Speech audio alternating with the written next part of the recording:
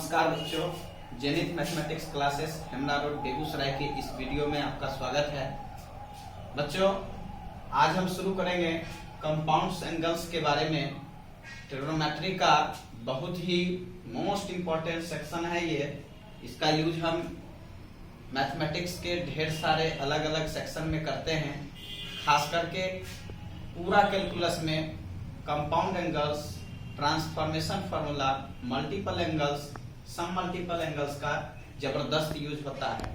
इसलिए हम आज कंपाउंड एंगल्स के बारे में पढ़ेंगे। कंपाउंड एंगल्स होता क्या है, तो सबसे पहले हम इसको एक ट्रायंगल से समझ लेते हैं।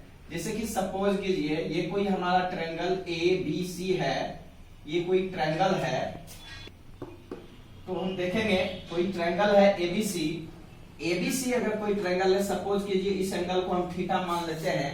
तो आप अभी प्रीवियस क्लास में पढ़े थे sine theta equals to P/H होता है, यानी परपेंडिकुलर बाई हाइपोटेनस। यहाँ एंगल B आपका राइट एंगल्स है, तो हम जानते हैं राइट एंगल्स के अपोजिट साइड को हम हाइपोटेनस लेते हैं। जिस एंगल को थीटा लेते हैं उसके अपोजिट साइड को परपेंडिकुलर, और रेस्ट जो बचता है उसको हम बेस मानते हैं। तो यहाँ से सिंगल एंगल, जिसे हम साइन थीटा लिखे हैं, इस थीटा के जगह पे हम चाहे तो साइन C भी लिख सकते हैं।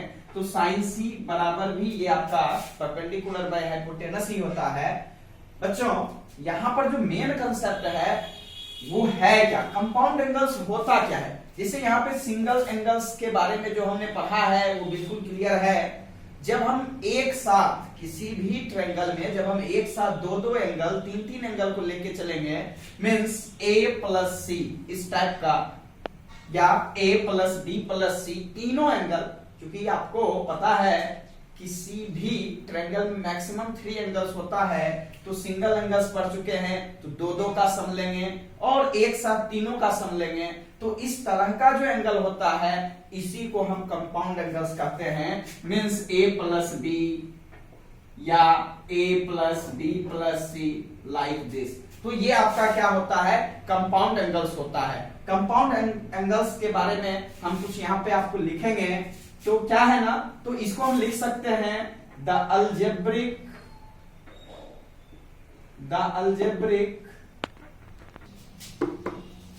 देखेंगे बच्चों, the algebraic sum of 2 or more angles are generally called compound angles। जैसा कि मैंने बताया कि किसी 2 एंगल या 3 एंगल को अगर हम जोड़ लेते हैं या घटा लेते हैं तो वही आपका जो है कंपाउंड एंगल्स होता है।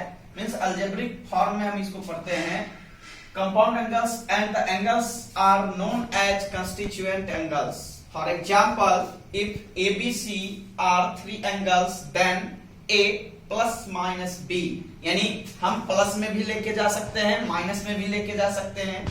3 एंगल्स को एक साथ A plus B plus C, हो सकता है एक माइनस हो जाए, जैसे कि लिखे हैं A minus B plus C, A minus B minus C, इस तरह से हो सकता है। ETC are compound angles. तो बच्चों यहाँ पे हम पढ़ेंगे जैसे साइन A प्लस B का वैल्यू। आपको पता है साइन A का वैल्यू अगर कोई आपसे पूछता है, साइन A का वैल्यू अगर कोई आपसे पूछता है तो आप आराम से बता देते हैं P/H। बट यहाँ पे साइन A प्लस B का वैल्यू क्या होगा, तो यहाँ पे हम इसको ओनली फॉर्मुलेट करेंगे, केवल हम इसका फॉर्मूला क्रिएट करेंगे कि इसको आपको ये दिमाग में रखना है। इतना ही रखेंगे, क्योंकि यहाँ पे इसका जो प्रूफ है वो ज्योमेट्रिकल प्रूफ होगा।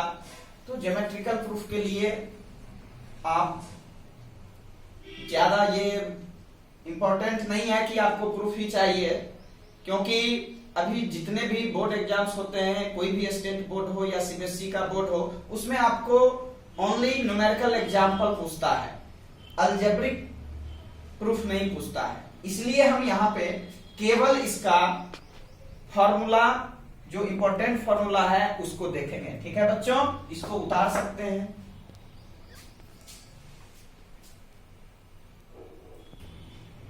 तो देखेंगे बच्चों, trigonometric ratios of compound angles के बारे में। सबसे पहले हमने लिखा है sine A plus B equals to sine A into cos B plus cos A into sine B। Sine A minus B equal to sine A into cos B minus cos A into sine B है क्या। तो sign ए plus B रहे या sign A minus B रहे तो first angle को sign के term में, सेकेंड एंगल को कोसाइन के टर्म में, प्लस अगर है तो प्लस, माइनस अगर है तो माइनस देंगे। नेक्स्ट चेंज करके लिखेंगे फर्स्ट एंगल को कोसाइन के टर्म में, सेकेंड एंगल को साइन के टर्म में। ऐसा दिमाग में बैठा लीजिए।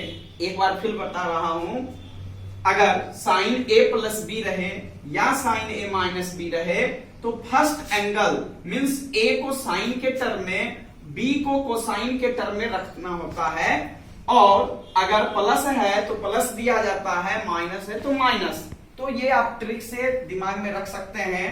Next cos A plus B या कॉस ए माइनस बी रहे, कॉस ए प्लस बी या कॉस ए माइनस बी रहे तो इस कंडीशन में पहले हम क्या करते हैं, दोनों एंगल को मींस ए और बी दोनों एंगल को कोसाइन के टर्म में, फिर दोनों एंगल को साइन के टर्म में रखते हैं। पर यहां पे थोड़ा सा रूल चेंज हो जाता है। अगर यहां पे प्लस है यानी कि cos a प्लस बी है तो यहां पे हम माइनस कर देते हैं, और अगर cos a माइनस बी है तो यहां पे हम प्लस कर देते हैं।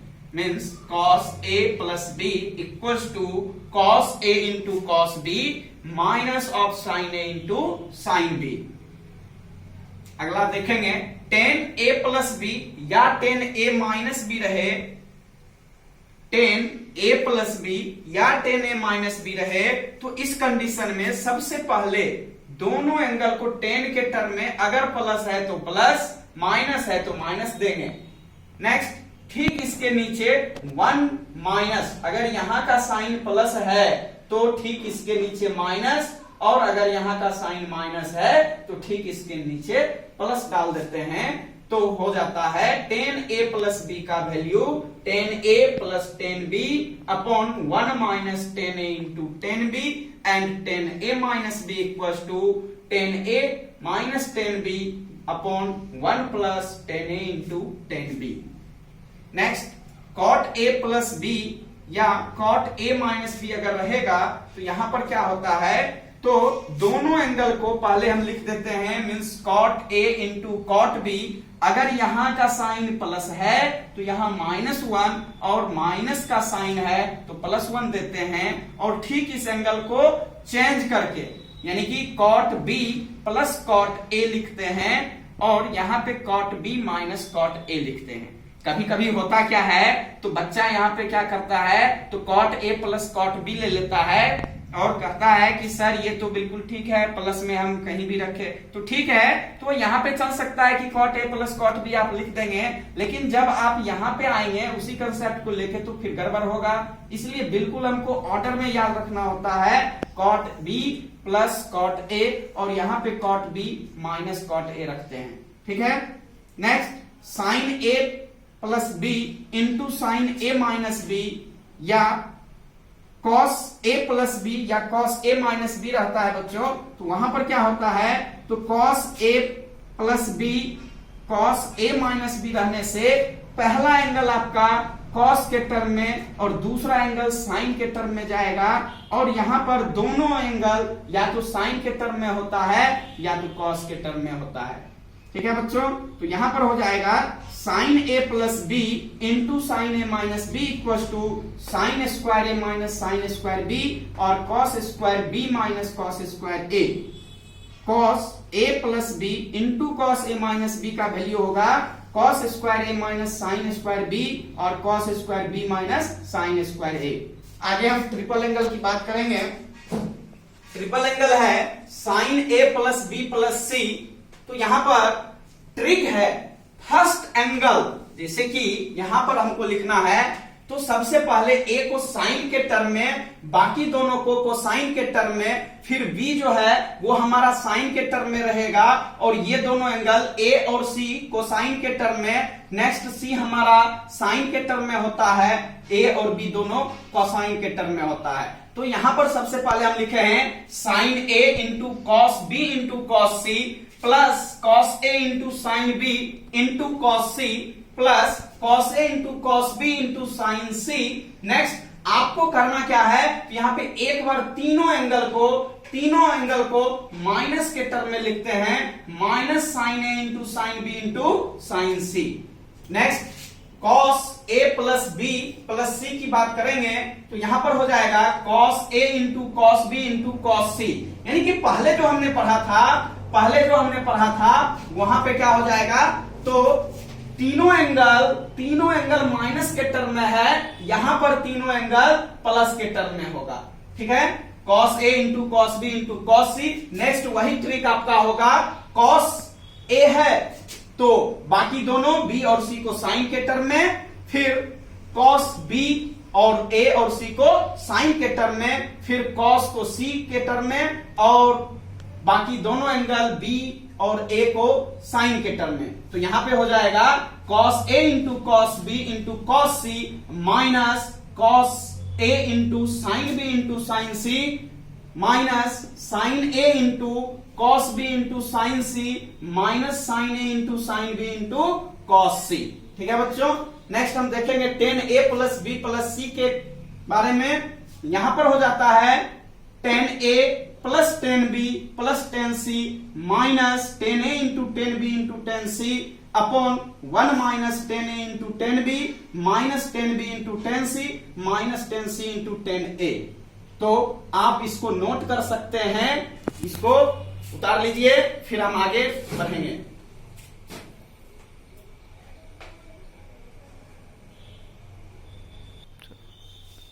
बच्चों आगे हम देखेंगे maximum and minimum values of trigonometric function.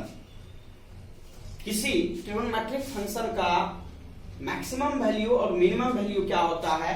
यहां पे ट्रिगोनोमेट्रिक फंक्शन के जगह पे हम लिख सकते हैं ट्रिगोनोमेट्रिक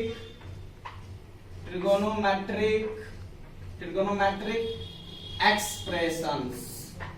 ट्रिगोनोमेट्रिक एक्सप्रेशंस जो है उसका मैक्सिमम और मिनिमम वैल्यू देखेंगे क्या होता है। तो सबसे पहले हमने मान लिया बच्चों, let F theta equals to A cos theta plus B sine theta. देखेंगे let F theta equals to A cos theta plus B sine theta. Further हमने मान लिया a equals to R sine theta and b equals to R cos alpha.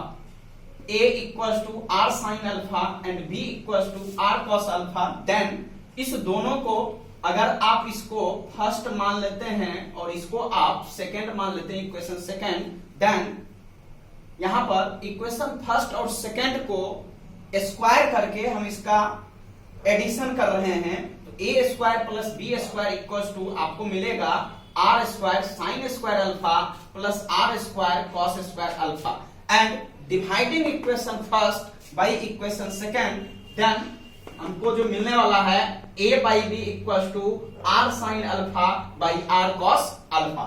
ठीक है बच्चों, यहां से फिर हम लिखेंगे implies that A square plus B square equals to, यहां से हमने आर स्क्वायर निकाल लेंगे, अगर कॉमन रखते हैं तो sign square alpha plus cos square alpha का वैल्यू 1 होता है, स्क्वायर रिलेशन से पता है आपको। एंड यहां से आर कैंसिल हो जाता है, तो sine alpha by cos alpha equals to क्या मिलेगा, tan alpha. Implies that R equals to आपको पता है square root of A square plus B square होगा and tan alpha equals to A by B, इसका वैल्यू मिल चुका है। Substituting the values of A and B in F theta, अब यहां से ए और बी का वैल्यू हम इस एफ थीटा में रखते हैं तो हमें मिलता है R sine alpha into cos theta plus R cos alpha into sine theta. Implies that F theta equals to R into, यहां से ये दोनों आपका कॉमन हो जाएगा। फिर आपको अभी तुरंत कंपाउंड एंगल से बताए हैं sine A into cos B plus cos A into sine B का वैल्यू यहां से साइन ए प्लस बी होता है, सेम टू सेम यहां पे साइन अल्फा प्लस थीटा आ जाएगा। वी नो दैट, आपको पता है साइन थीटा का मैक्सिमम वैल्यू +1 होता है और मिनिमम वैल्यू -1 होता है। क्यों? क्योंकि आपने पीछे पढ़ा है साइन थीटा का अगर आप साइन 90 डिग्री का वैल्यू रखते हैं तो यहां से आपको 1 मिलता है, और साइन माइनस 90 डिग्री का वैल्यू रखते हैं तो -1 मिलता है। यानी कि साइन फंक्शन का मैक्सिमम वैल्यू +1 होता है और मिनिमम वैल्यू -1 होता है। इस कंसेप्ट से अगर हम चलते हैं तो साइन अल्फा प्लस थीटा का जो वैल्यू होगा, इसका जो वैल्यू होगा वो भी -1 से +1 के बीच वैरी करेगा। इंप्लाइज दैट हमने क्या किया, r से मल्टीप्लाई कर दिया तीनों टर्म को, means -r is less than और equal to r sine alpha plus theta is less than और equal to r, means r sine alpha plus theta is greater than और equal to -r but less than और equal to r। Implies that यहां से आपने r का value निकाल लिया है, तो यहां से हमने r के जगह पे square root of a square plus b square का वैल्यू रख सकते हैं, तो हमें ये मिलेगा। नेक्स्ट, अब जो है बच्चों ये एफ थीटा हो जाएगा, क्योंकि आपने अभी तुरंत यहां से एफ थीटा को इतना लिखा था, तो इसलिए ये जो वैल्यू है ये आपका एफ थीटा का वैल्यू है। तो एफ थीटा जो है अब आपका फिर से यहां से डिफाइन हो रहा है a cos theta plus b sin theta के फॉर्म में। तो कहने का मतलब यहां पे थीटा के किसी भी मान के लिए ये एग्जिस्ट करता है, इसलिए हमने लिखा for all theta. Hence maximum and minimum values of a cos theta plus b sin theta R. तो ये जो आपका राइट साइड में जो आ रहा है number, means square root of a square plus b square, ये आपका जो है मैक्सिमम वैल्यू होता है, और यहां पे लेफ्ट साइड में जो नंबर आ रहा है minus square root of a square plus b square, ये आपका मिनिमम वैल्यू है। ठीक है बच्चों, इस वीडियो को आप उतार लें। अगर मेरा ये वीडियो आपको पसंद आया हो तो लाइक और सब्सक्राइब करें, साथ ही साथ शेयर करना ना भूलें, ताकि और भी बच्चे को इसका लाभ मिल सके। बहुत बहुत धन्यवाद।